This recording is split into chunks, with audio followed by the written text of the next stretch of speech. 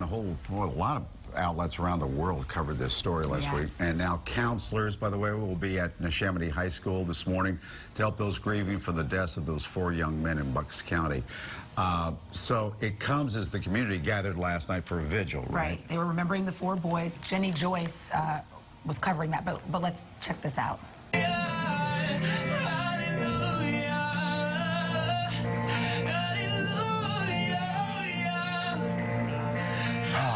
Many people came out. Meantime, we're learning the grim details of these murders. Here we go. According to DiNardo's confession, Cosmo DiNardo, DiNardo shot Mayo, didn't think he was dead because he was on the ground screaming, and then ran over him with a backhoe that he was using to bury the bodies.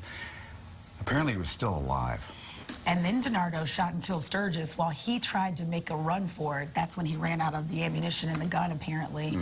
So he had no other way to kill Mayo. Was just a friend who went along for the ride. Absolutely. So then DiNardo says he dropped the bodies of Mayo, Sturgis, and Finocchiaro into a pig roaster and then tried to burn them. Yeah, burn the evidence of the bodies, in other words. Investigators say Patrick was the first to be killed. He was shot on July the 5th. And was buried in a 6-foot deep grave. DiNardo's cousin, that Sean Kratz guy, has also been charged in the murders. The DA says all the killings are linked to marijuana deals. DiNardo confessed after taking the DA idea of, taking a plea here so he didn't face the death penalty in Pennsylvania. That's off the table now because of the confession.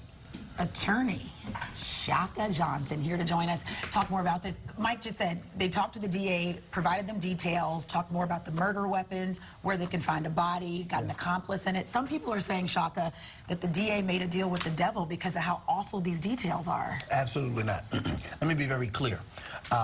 Any head prosecutor has a very daunting task and a tall assignment when faced with something like this. You have to get the blessing from the other victims' families before you even do something like this. People who are saying that he made a deal with the devil are obviously folks who are outside the loop and don't understand that this is what happens in the business. You speak to the victims' families and say, I'm going to offer this gentleman possibly life without parole. He'll never touch the streets again.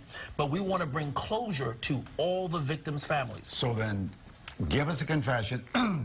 Tell us exactly what went down and how these young men lost their lives. Well, remember, they were still looking for one. That's right. And so you have to speak to and I think there's some mercy here from the other the families of the other victims, because they would have had to co-sign and join in and say, listen, we're okay with that, him not receiving the death penalty, but perhaps life without the possibility of parole, to find the other victim who would have never been found, police say, but for DiNardo's confession. Yeah, they said the piece of property, and Lauren, you were out there last week, was so large.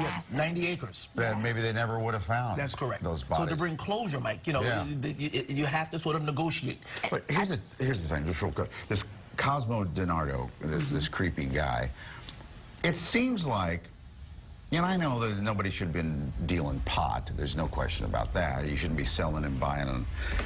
But it seems like he just wanted to kill somebody. I was going to say, let's not go for the low-hanging fruit. Yeah. There was no pot recovered. No. From the 90 acres that compromises his family's farm, his family's acreage. No drugs recovered anywhere. He's not even charged of the 26 charges he faces. Drugs aren't even one of them. So it seems to me that this was a luring system to get victims there strictly for a robbery for financial gain. So you think it was just a senseless crime? Well, if there was any sense to it, it is the age-old situation where someone was looking to rob someone for financial gain. Yeah, but here's the thing. One kid was going to supposedly pay $8,000 for the pot. He said, all I got is $800. You still don't kill somebody over that. This guy, some of his friends had said, or acquaintances had said, that he had mentioned, not only on social media, but in person, I'd like to kill somebody. I need to kill. He just wanted to kill some people. Well, let's also, Mike, not lose the backstory, which is the mental health component that DiNardo was alleged to present with, right? He was in a mental facility? He was in a mental facility. He had been admitted to a mental facility, and it's alleged that he has a long history, a very long track record of having some serious mental health diagnoses. So that's where the defense is going to go? That's the only place you can go. Either guilty by mental defect or otherwise known as guilty by reason of insanity, or guilty but mentally ill. So where does that leave his cousin, Sean Kratz? Is he now possibly facing the death penalty? Well, he's possibly facing it, but if I'm defending Sean Kratz, remember, there are diagnosed mental health issues and undiagnosed.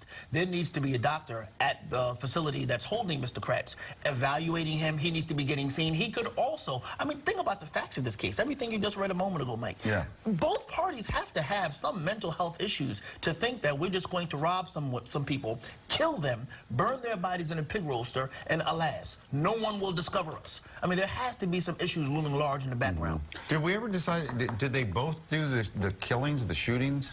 Well, there were, the first person who died, that was DiNardo by himself. By himself. And then it became a pair. You know, the two just became sort of a sinister Cousins. It did say at some point in the affidavit, Shaka, that, you know, there's some conflicting stories on who shot Dean Finicaro. Kratz saying that he did not shoot him, that Cosmo shot him. Cosmo saying that Kratz shot him. That can be kind of tricky at some point, right? Right, but let's be clear. That charge of conspiracy almost makes it not matter. Okay. All right, so those two are fighting over details that are sort of no moment at this point. You may not know the answer to this real quickly. When was the last time we put somebody to death in Pennsylvania? I don't remember, Mike. But it's been years and years. But it's been a long time, and that's because they use that so gingerly. That is not something that is doled out haphazardly. It has to be the right set of circumstances, the right victims, and here I think you almost have them.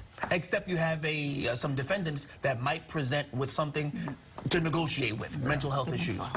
You can't make sense of it. I mean... No. Thank you. You're very welcome. Quick break.